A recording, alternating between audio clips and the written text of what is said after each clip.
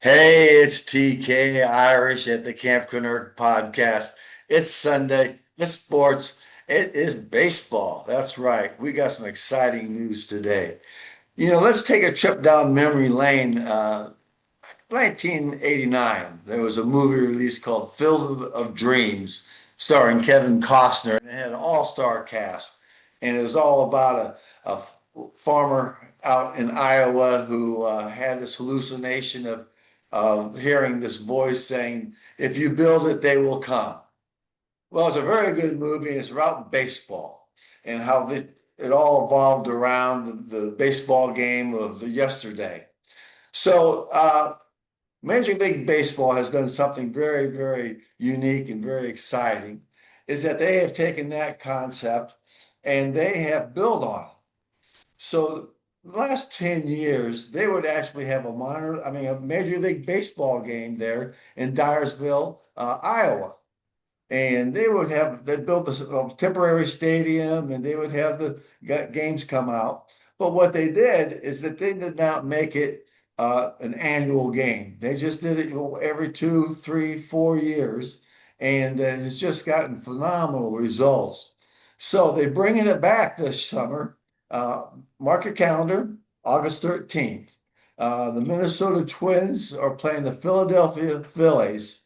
And what's really cool about this, it's going to be broadcast live. It's going to be on Netflix. Uh, but the thing that's really, really cool, in my opinion, because we support minor league baseball here, is that the AAA minor league matchup between the St. Paul Saints and the Iowa Cubs are playing 2 days before that. So you can see they're really grasping in and bringing in the whole concept of baseball. But, you know, they only have a stadium that holds about 6,000 people. So, what's that mean? It means ticket prices. Gosh, why do you always have to bring that up, TK? Well, because this one is a little out of my league. And I think Doug the neighbor will agree to it because, hey, you want to go sit out the outfield? Tickets start at $3,500. Hey, the infield by third base starts at $5,500 a ticket per person. And if you want to be behind the home plate, starts at $7,500. So, hey, what can you say? You got a small field, you got Major League Baseball, you're out there in the cornfields of Iowa. It's really a lot of fun, and I've watched it a couple times over the years, and they do a great job. Before you watch the game, go to Field of Dreams on Netflix, YouTube, or any of your platforms, and watch it because it's a great movie. They got an all-star cast, and play ball. So, Doug the neighbor, do you remember seeing that movie? Yes, I do. And it was a great movie. And it's so good to see you, TK. And hopefully you're doing well. Have you got your coffee there on this Sunday morning? Right here. Oh my gosh. Mhm. Joining all of our members or viewers around the galaxy on a Sunday morning, checking our sports scores, having our coffee, and a little chat. And that's a great point concerning the Field of Dreams movie that came out in 1989 with Kevin Costner. And the new stadium that they're putting in beside the old field and now turning it into a regular event. I understood that they haven't done it since COVID or something like that. And then they built a new stadium. But that situation concerning the ticket prices, yeah, I get it. You have an investment and it's maybe once or twice a year, but you know, this is what we have come up with concerning minor league baseball is that viewership attendance is down almost 3% from last year. And with increased ticket prices, uh, I think it's going to be attendance and viewership is going to be down again. And on a personal note, some neighbors came on over for coffee the other day, and we were talking, neighbor chat, and they said they'd gone up to a Round Rock game and they sat out in the outfield where the grass, because they had kids and that sort of stuff. And I said, "Oh, good fun." And I said, did you have a good time? Yeah, did we have a good time? The kids had a Coke and a dog, and but the first thing she said is, "Parking costs more than the ticket." This is the wife. The parking's more than the ticket, so she's aware of it. And I said, "Yeah, that's going to hurt in the long run." And we wish minor league baseball well because that is where the hopes and dreams live. Okay, so to get going for today, your information about Field of Dreams, that's perfect. That's beautiful. That's what we're talking about, the Field of Dreams, where hope lives. It was a great movie. Yep, it really is. And, you know, I was watching something the other day, and it was some doctors, some orthopedic surgeons, and brought up an interesting point. These kids who play one sports 12 months out of the year come up with horrendous injuries because of overexposure. He talked about a 15-year-old boy who had Tommy John surgery for the Oh, for the elbow. He was a pitcher, and he says, I've been an orthopedic surgeon for a long time, and I do professional sports. Normally, I see this injury with someone who's been playing in the major leagues for 10 years, yes, but a yeah. 15-year-old, and he says this is not an isolated situation. So Hmm. they need to quit this 12-month playing season, whether it's basketball, baseball, football, and be a well-rounded athlete and play all three or four sports during the year. Well, I understand what you're trying to say, but the whole world of a young kid who's 14, 15 years old, he's already on the radar of the scouts for the college and for baseball. And so it's a whole parental thing of getting your child ready to play well in a game at, say, high school, and then he's able to get a scholarship for college, which would save a lot of money, we know, and you make the NIL, and then you're ready to go on to the pros. So it's a balance that of a child who has Tommy John surgery at age 15, did the parents just ignore him, ignore his, it's a parental. Well, he's a kid. He doesn't want to complain because that means he's not going to be able to play. And That's absolutely true. play with pain, right? Play through the Play with pain. paint. Yeah, yeah. And our football coach was a former Marine, so I know all about that. Yeah. Walk it off. Walk That's it right. off. Yeah. You're breathing, you're okay. Walk it off. Yeah. But anyway, it's a beautiful day. We've got our coffee. It's Sunday morning. It's May 17th, and this is podcast number 87. How about that? How about that? Yes. And the sports I have, we're going to start with my Texas Rangers right here. They are third in the American League West. They're 21 and 24. And right now they're in Houston and they've got a 3-game series there. And they lost the first two, 2-0 and then 4-1 last night. And then they play a noon game because it's getaway day. And then they go on up to Colorado for a 3-game series.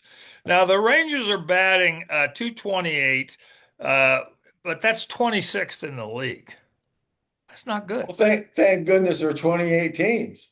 That's about right. Yeah. But they've hit 40 home runs, which only makes them 23rd. So their batting is not very good. But their pitching is kind of interesting. They've got a 3.62 ERA, so they're sixth in the league. So that's not bad. Sixth in the league. Thank goodness they're not 28th in the league in pitching, because that'd be a Yeah, long that's true. season. That's true. Another interesting situation is so far no complete games. Now Yeah. we're 6 weeks into the season, but no complete games. So I would think soon the managers would start saying, "Okay, finish the game." But that's not the way baseball thinks anymore. The whole deal with Nolan Ryan pitching 200 games and complete games, or Walter Johnson doing double headers and stuff like that. Those days are gone. You know, Yeah, they're long gone. It's too bad. too bad, too bad. So, but that's my Texas Rangers. Well, let's change my hat and put on my El Paso Chihuahuas. There you. Hey, do they have like the Chihuahuas? Do they have a chant at the game? Like barking dogs or Well, one thing that's or a good another. point because I'm going to El Paso and I'm going to be there for in June and watching the Spacemen play. I'm going to be with a bunch of guys for a fraternity reunion. And right now, the Chihuahuas are fourth in the Pacific Coast League East at 20-24. Now, right now, they're playing the Salt Lake Bees. And they've lost 4 out of 5. A team comes in town on a Monday and then they play a 6-game series, which is kind of interesting. And they they've lost 4 of 5, and then they have a game today at 2 p.m. Salt Lake takes off, and then Round Rock, the team that I watched here in Austin, they're coming in for a 6-game series starting on Tuesday. Okay, now on the Chihuahuas, their number one hitter is a guy named Jace Bowen. He's now got 10 home runs. And the team has 59 home runs, which is pretty good. And the team is batting at 277. And then there's a little bit of hustle on the bases. They got 45 stolen bases. So There they're you doing, go. yeah, a little bit of hustle there, stolen bases. But their pitching is not good. It's ERA of 6.25, 6.25 ERA. So they got to get it down. But you send kids down into the AAA to just get work and that sort of stuff, and so that they get ready for going back into the major leagues. And the Chihuahuas are AAA team for the San Diego Padres. Now, but here's an interesting situation. The other team, they're hitting 288. Ah, Okay, so the Chihuahuas are hitting 277, and the other team's hitting 288 average against them. But here's an odd stat I found. Uh, the pitching is 6.25 ERA, and they've hit 29 batters. well, In I guess those batters aren't supposed to get so close to the plate, or they just need to keep their eye on the ball a little bit better. Don't be digging in there, that box there. You remember in Bull Durham, the great phrase when he told Nuke LaLoosh to just throw at the mascot. And he Don't did. argue. Throw at the mascot. And then he tells the batter, "Don't be digging in. I don't know where it's going." I don't know what's going to happen. Yeah, I've always thought throw at the mascot. I've used that a couple of times, telling some people. I said, "Look, just do as I say. Throw at the mascot." I go, "What?" One guy got it and said, "Okay." Yeah. So that's what I have here on minor league baseball. So, but I have a little note here concerning the Preakness, which ran Yes. yesterday. Well, before we get to the Preakness, I want to talk about my world famous Fort Wayne TinCaps. Ooh, let's hear about them because Ooh, last time we chatted, they were on a roll. they were on a roll, and and the roll has slowed down a little bit, but they've are playing the Cedar Rapid Colonels. Now, I don't know what type of colonel that is. Well, it's a military or as a food, but that's their deal. They're in Iowa. They can do whatever they want. So they're playing Cedar Rapids this week, and today's was a rubber game. So far, the Tin Caps have won 3. Cedar Rapids has lost 2. So this is the game that will give them bragging rights for the next time around. But Okay. next week they play the Dayton Dragons, and they're a good ball club, so that should be a good series. But the thing that I wanted to point out was they've been on a roll for the last couple of weeks. They, Yes, yes. but it hadn't really assisted them in the fact that they won 17 and lost 19 for the season. So they're sub 500, but they're in fourth place in the league. So, they're a spotty team. They get streaks going on. So I just hope when they go to Dayton that they could put together another streak like they did a couple weeks ago, winning five in a row. So, but hey, they got spirit, they got desire, they got backing. They'll do fine. They'll So, do fine. And the thing is, if you can do one streak, the coach can say to the team, we can do it again. yeah, This is yeah, we can do it yeah. again. We got the tools to do it again. So that's just terrific. And maybe we can get Kevin, the magnificent computer dude, to post the logos of these teams that we have mentioned. Yeah. Okay, look forward to that. Okay, so now how far is Cedar Rapids, Iowa from Fort Wayne? How far is that? I'd probably, off the top of my head, I would probably venture to say about 500 miles Okay. because Okay.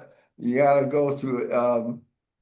Fort Wayne is on the eastern side of the state, so you gotta go through Indiana, Illinois, and then about halfway through Iowa. It's also known as the Triple I. It used to be called the Triple I League many, many years ago because Okay. it was Indiana, Illinois, and Iowa. Oh, I did not know that. That's very interesting. I just never knew that. Okay, that's great. That's great. All right. Well, then let me conclude with the Preakness. It was run yesterday, and Napoleon Solo won the race, and he was at odds of 7-1. And the ticket, a $2 ticket, you would have won $17.80, and he won by a length. And Taj Mahal was the favorite, and he beat him by a length. So Napoleon Solo. Well, So very good, good. good. That'll be something we could talk about later on because I ventured out to the horse races yesterday. Oh, excellent. So maybe we get some videos when we talk about Yeah, the Belmont, yes, exactly, the end of exactly. the Triple Crown. So this is Yeah. good. Beautiful thing. Mhm. TK, this is all beautiful, beautiful stuff that we are doing, and I appreciate your time and effort and us getting together to do our 87th podcast. 87. Okay, Mhm. that's great. And I just wanted to say, play ball. Aaron Go Brawl.